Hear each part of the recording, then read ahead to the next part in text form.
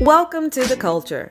We rest at the pulse of the community, providing all things news, music, fashion, events, and everything that we talk about in between. It's a lifestyle. We are The Culture.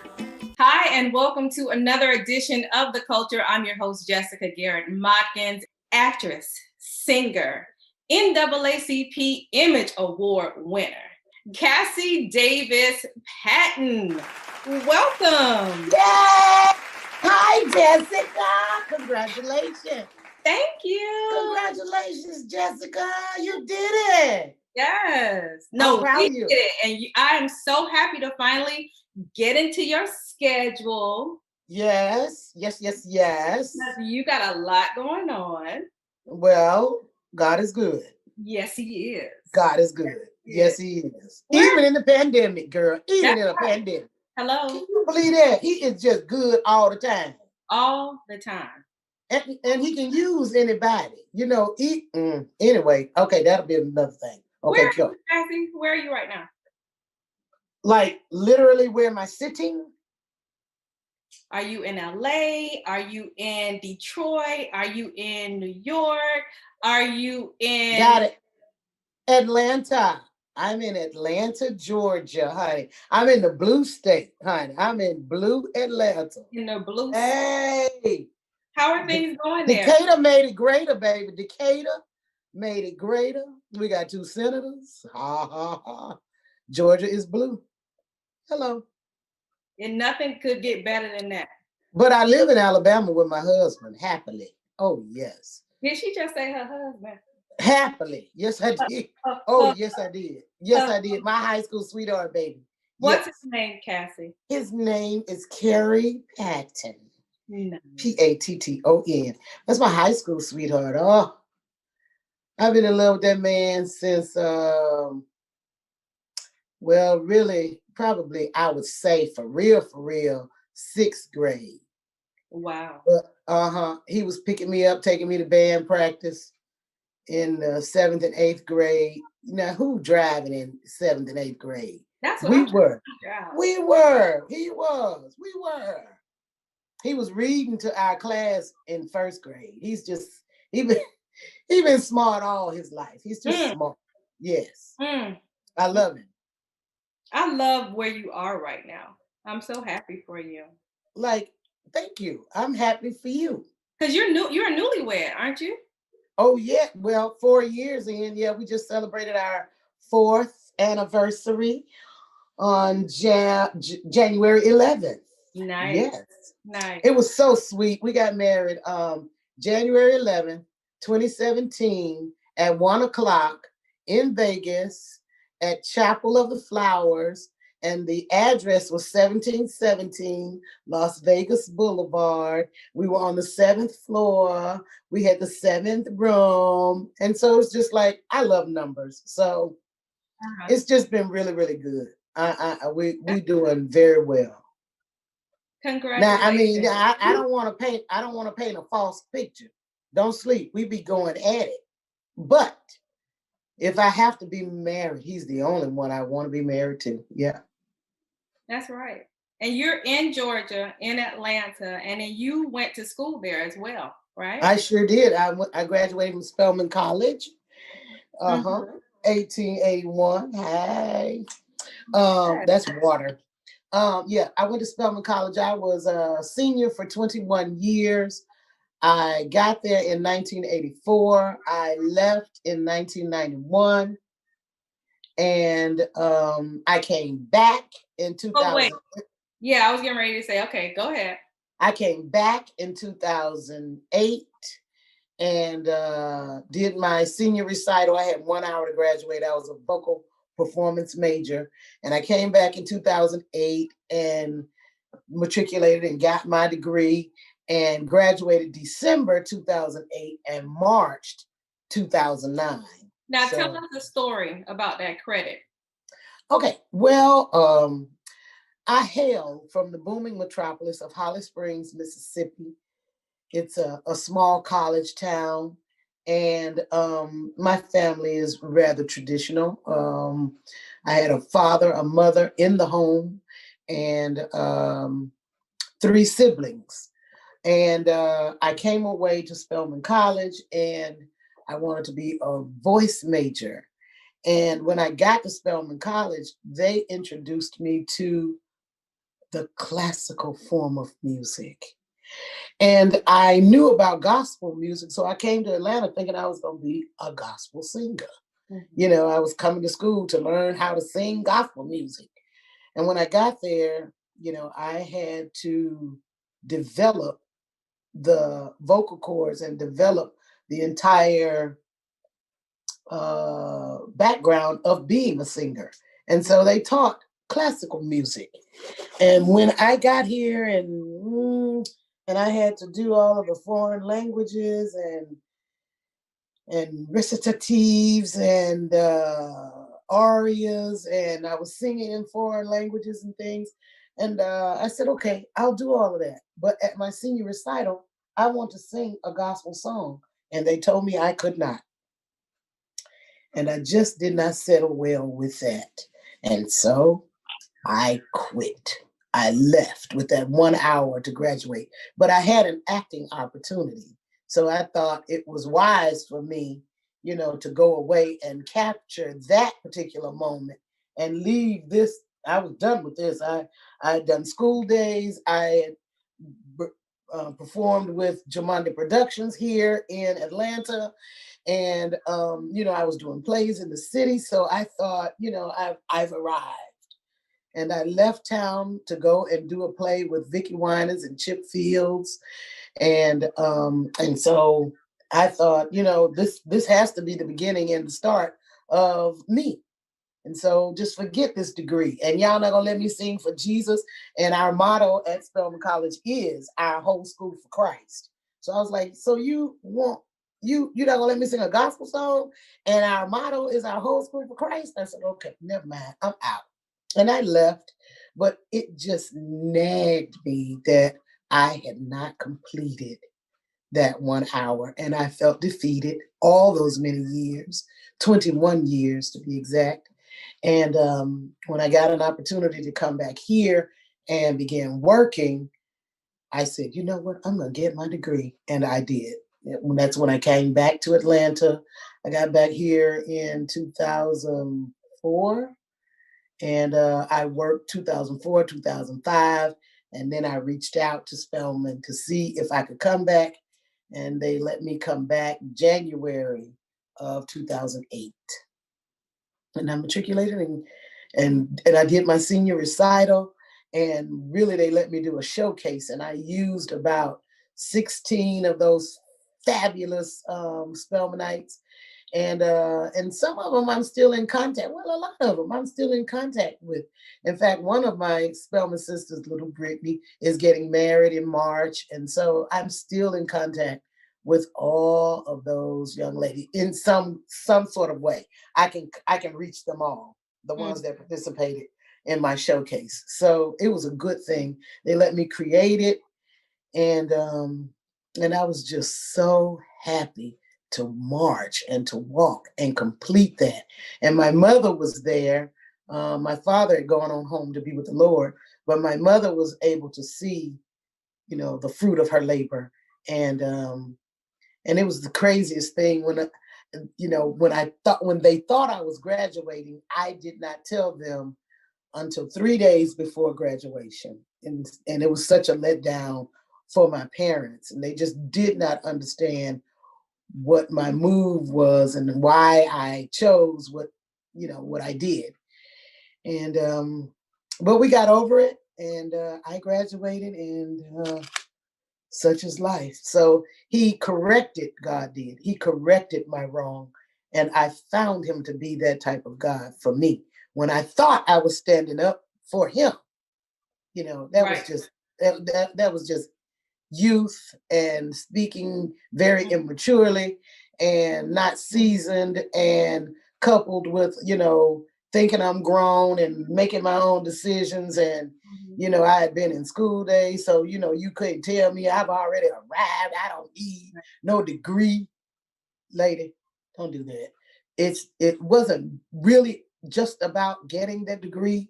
It was about completing what I started. What you started. Right. And it was not my money. You know, my mother and my father invested in me. And what I did basically was just take their money and put it in the street and just burn it up, you know. But I owed them that degree for their sacrifice. And so I got it, and I'm so glad about it. I'm so glad to just be legit.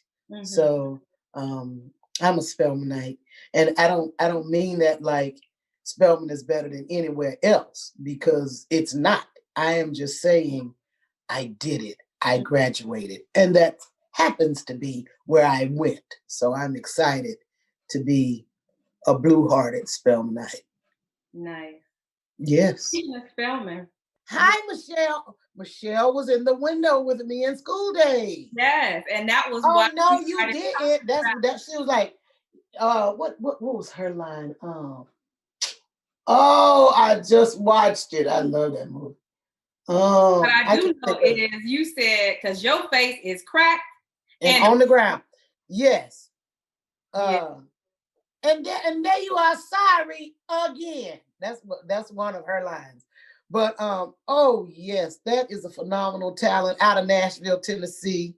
Michelle was just so much fun. Oh boy, it was wonderful. Those days were just the best. You talking about Kabibi, baby? Yes, yes. I love Michelle. School Daze, it's such a cult classic. I'm sorry. School Daze is such a cult classic. It is. It just is. That is never gonna get old.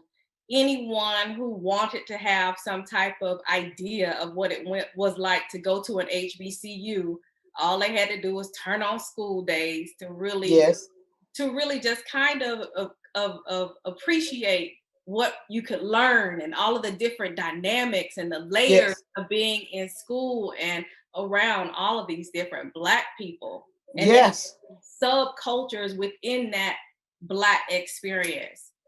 Cassie, you've done some phenomenal work. You Meet the Browns, House of Payne, Madea's Family Reunion, Madea on the Run. I mean, I am just astonished at all of the things that you've been able to accomplish over the past few decades. People just don't do that. That doesn't happen. No, I was bitten by the bug. Really, when I got to Spelman College, just watching my first dramaturge in residence. His name was Lamar Alfred, the late Lamar Alfred. And I went over to Morehouse College to be a part of the King Players. And he was directing a play. And I wanted to sing in the play, but he said, in order to be in the play, you have to act. And I was just like, well, I'm not really versed in acting. I don't really know how to do that. He said, well, I tell you what, just do what I say do, and you will be great. And I was like, huh, really? And so that is what I did. He gave me a script. He said, you can read, right? I was like, yes, sir. So I read, and he was just like, I need you to put a story behind this person. How old is she? Where does she live? How many siblings does she have? Does she, whatever your attributes are, those should be her attributes. So does she sing? Yes. Can she cry on spot? Yes. So make her use your attributes. And so I was like, oh, okay, that makes sense. Mm-hmm. And so that's how I tried it out. That's what I started doing. And it was so funny to leave Atlanta and think I'm grown and smelling myself, but to only wind back in Atlanta around, just the circle of life is what I call it, and be back in Atlanta. Because the truth of the matter is, I had an interview one Tuesday at Magic City, and I was going to be a dancer. And Chip Fields came to town the Saturday before that Tuesday and gave me a job, hired me as an actress. Mm-hmm. And I left Atlanta on that Monday. And so I didn't get to take my my interview on that Tuesday at Magic City. Mm-hmm. And so it saved my life. I don't know what type of life I would have had or how long I would have been living had I gone down another path. But I'm just so excited, and I am so grateful for this path and just being in tune with hearing the voice of God. I mean, all the way back to, and I'm not one to just be my husband, but I knew when we left each other our senior year that I just wanted him. You know, my heart was with him. Mm-hmm. We were grown young people back then. And we said some very sincere things to one another back then. We didn't know we were going to end up getting together 20 years later, but it happened that way. And if it's good, then it's worth waiting for. And so that's what I did. And when I did date, I would always compare that relationship to this particular relationship. Or if I would meet someone new, I would look at their strengths and measure their strengths by his weaknesses. And he would always win out. So I never knew when I was going to see him again or if I was going to see him again. But I remember the day I was getting ready to do my senior recital, and his brother, Conson, was going to play for my senior recital, and we had a rehearsal scheduled. And Conson called me and said he was not going to be able to come to the rehearsal. I was like, what are you talking about? You're not going to be able to come to rehearsal? I'm trying to graduate. He was like, my brother's in town, and my brother's in town, and I'm going to dinner with him. And I was like, what? I was like, well, can you postpone it, or can you push it back? I was like, give me his number. Let me call him. And so I just called him out of the clear blue, and he picked up and said, hello. I said, Carrie Patton? He said, yes. I said, Carrie Patton, this is a voice from your past. He said, oh, I know this voice. This voice is a part of me. And I was like, on the inside, I was saying, what part? What part are you in? What part are you in? How far down they go? Wait, where I stop at? What you talking about? Tell me, call my name out. What you saying? Right. And so we talked that day and been talking ever since. Mm-hmm. And so, he lived in Alabama and I was living in Georgia. And I was still traveling, quite a bit to Mississippi from Georgia because I was taking care of my mom and making sure, my mom was fine. And I would pass through Alabama and, conveniently say, I'm passing through. Are you available for lunch? So it just got very good. And he would come over to Atlanta and take me out on Wednesday dates. And so Wednesdays are our special days still today. We got married on a Wednesday.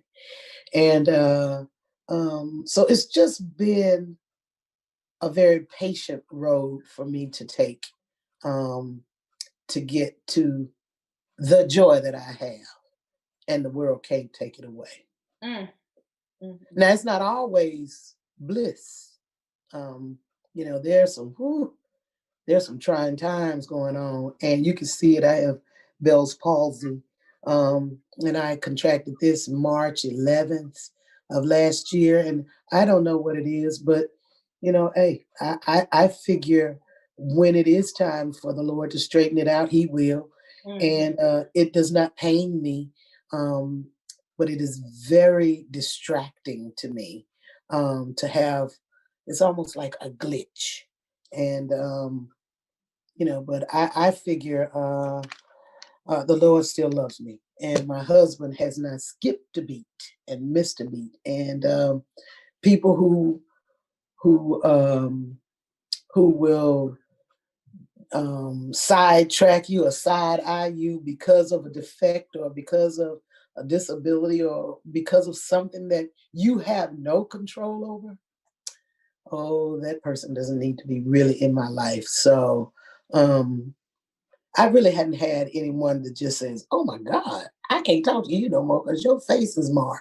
No, but everybody's been very good. But again, it's just whatever the plight is, and however it is, whatever um, comes my way, I just decide quickly to deal with it. And if God allowed it, evidently I can handle it.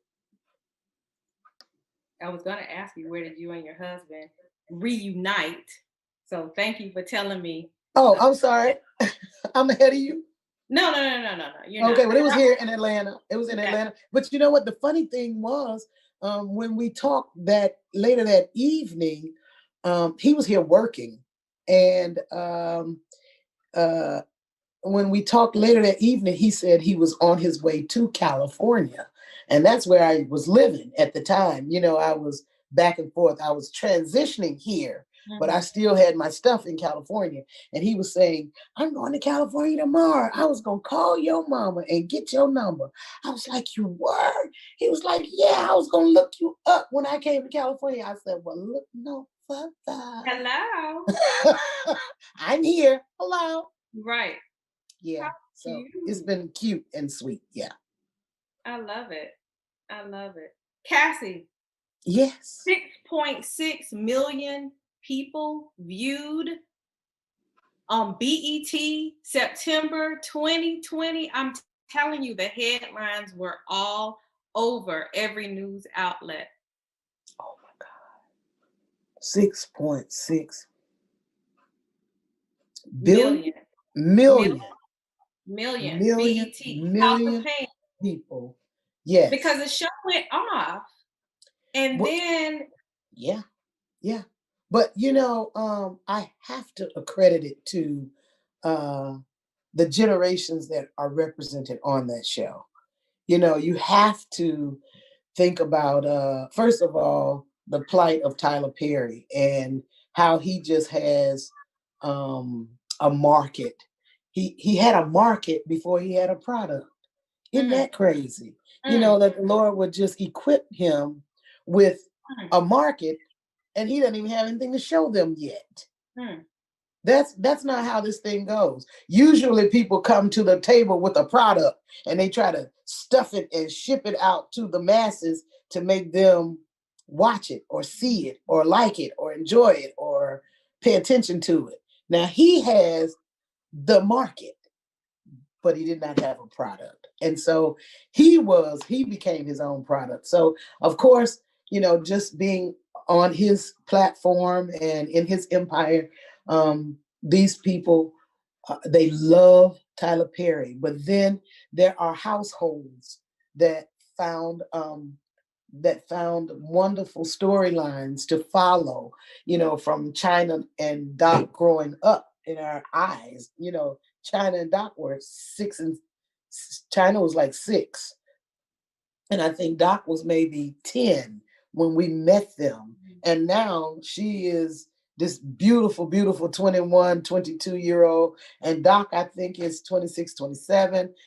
So these young people have actually grown up in our eyes. And, Demetria and LeVan and Alan. And it's just a group of young people. And then Lance just he rocks it from the young people to the old people. Right. So everybody wants to laugh, and so it has been one enjoyable ride working with that cast of people, and we were all we premiered in 2006. And we stopped working in 2011, and then BET picked us up, and then we had a spinoff and went to OWN, and then we had another roundabout and came back, to BET, or BET then took this particular portfolio, and Mr. Perry's fans have just proven him once again. Is that what you call him, Mr. Perry? I sure do call him Mr. Perry, baby. Mr. Perry, Cassie, how cute. Yes, I call him Mr. Perry. That's my boss. Oh, Hmm. wow. Oh yeah, I call him Mr. Perry until he make me mad. And then what you say? I can't say that live. Tell the people what you say, Cassie. Say what? I said, tell the people what you say. That's funny. I call him Mr. Perry at all times. I do. I call him Mr. Perry. Yes. That's Sure great. do. Oh yeah. I would have never thought that you called him Mr. Perry. I call him Mr. Perry.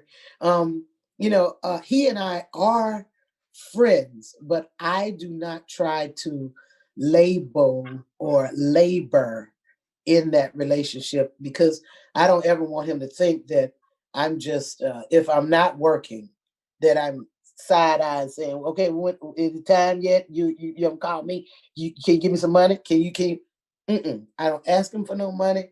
I try to respect his, who he is. I do not call him, he calls me. And when he does, we have a ball on the line. But, I just do not want to ever abuse the relationship because I know how easy it is because people do it to me and I don't have what he has. I don't have the access or the excess like he does.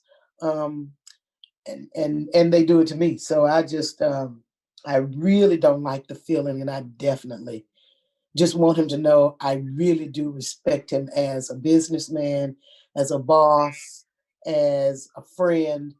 And now there are times when it's one-on-one. I can say and do whatever I want to, but I've already trained myself to just respect him publicly at all times. That's great. That's great. You all was doing some shooting during COVID, didn't you? Yes, it's called going into a quarantine bubble, camp quarantine. And that, even that is just like the testing process to get here. And I'm at the studio now. Yeah. I'm at the studio now. Yeah.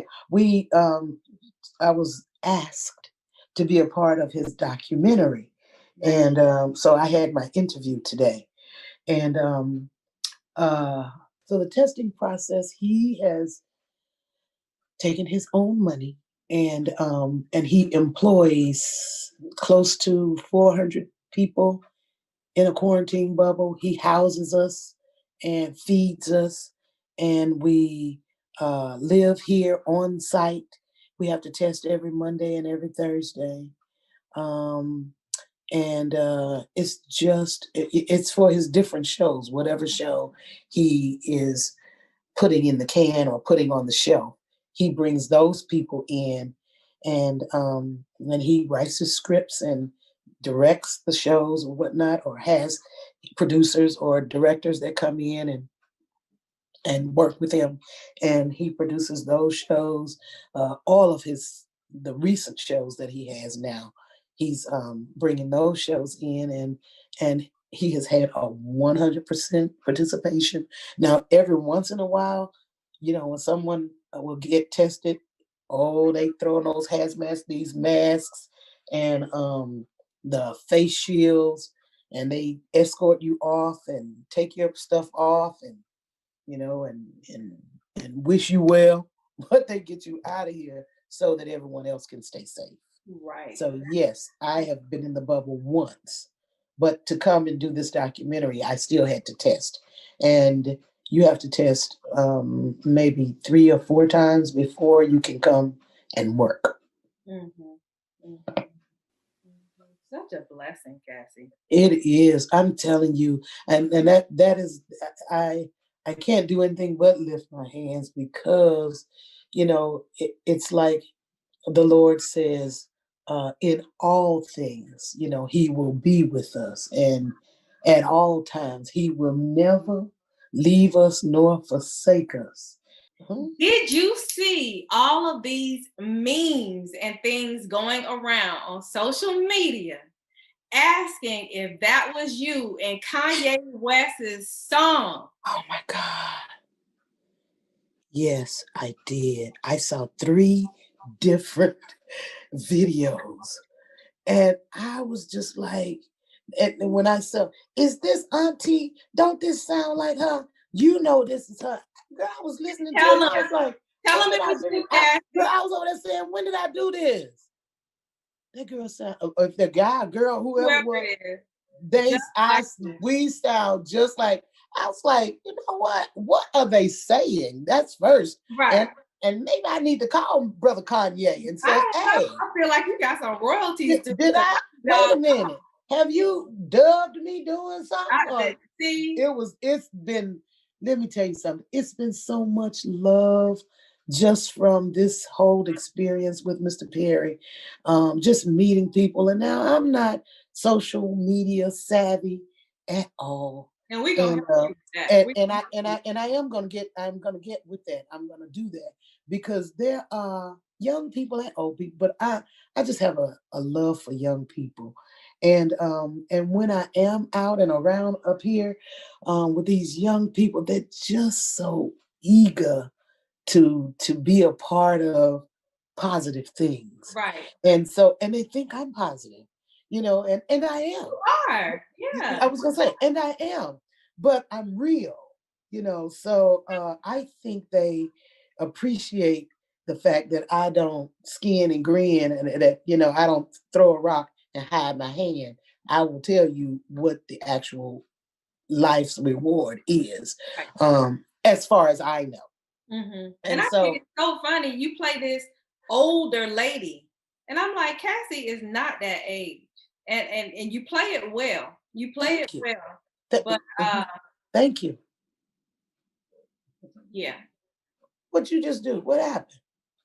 We're in the same age group, and you play a very older woman. Oh, yeah. Well, I like those women. I know. And those women have spoken into my life so much, that age bracket, and you don't want to forget those people. No, you don't. They have so much wisdom and experience, and I value what they say. So playing them is relaxing and it is rewarding. And and then when the young people see me and they're just like, Miss Cassie, you got on some Juice Couture boots? I'm just like, what? What are you talking about? What do you think I was supposed to wear? What are you talking about? Oh, you got on Converse. Oh, you got on this. I'm just like, yes. And they'll see me outside of Ella and Bam, and it's just a wonderful thing when we're out, me and my husband, or me and just my friends, when we're out and people are, coming up. They've been touched by something that we've done or said, and that has just been such a blessing to me. It's always good when you're appreciated, but you run the risk of someone not liking what you're doing. Right. And everybody doesn't like it. Like I've had people come up to me and say, it's not even realistic for you to have Janine staying at your house and she's not even married to CJ anymore. That's okay, honey, but you're watching. So just keep watching. It's okay. Right. Yes. Right. Yeah. But I'm sure there's so many things in everybody's life that is not really what they want it to be. And you really don't want anybody to see it. And you may not even agree with it, but it is life. And art just depicts life. And it's this man's opinion of this particular family. Now, when it's your turn, hire me and I'll write what you, and I'll say what you write. Right. Love you, Cassie. Thank you for coming and blessing us. Thank you for coming and just being so transparent. And I didn't expect you to do anything other than that because that's just who you are. Thank you, Jessica. Thank you for thinking of me. Thank you for including me. I am so happy and I'm so proud of you. You're smart woman, and you're a businesswoman to boot. And I like how I've always loved how you set your goals and you go after it and you do it. And I just admire that about you. You are such a force to be reckoned with. And I appreciate you thinking of me. Thank you. Absolutely. Okay. And much success to you. And may God continue to bless you and shower his blessings upon you. I receive it. Thank you. You're welcome. Thank you so much. Thank you. Come back. We're going to continue to watch you soar. Keep going. And when can I come back? When can I come back? Oh, I know when you can come back. Oh Lord. When you do the thing that we talked about you doing. Social media. No. Well, that's what we talked about me doing. What? No, the other thing, not on the show. This is not something we talked about on the show. We'll talk about it later. Thank you all for joining us. It's been a pleasure. I'll see you tonight here. You gotta be professional. On the culture. You don't want to get hood. We're gonna have my you gonna try to keep it starting at 6 you gonna try to be real. Love you all. We'll see you next time. You gonna be my Jess. Bye-bye. You ain't give me no aggy pride. You ain't gonna really turn up with me. You gonna do me like that. The Culture is produced and owned by the Culture Media Group and cannot be reproduced or broadcast without written consent. All rights reserved 2021.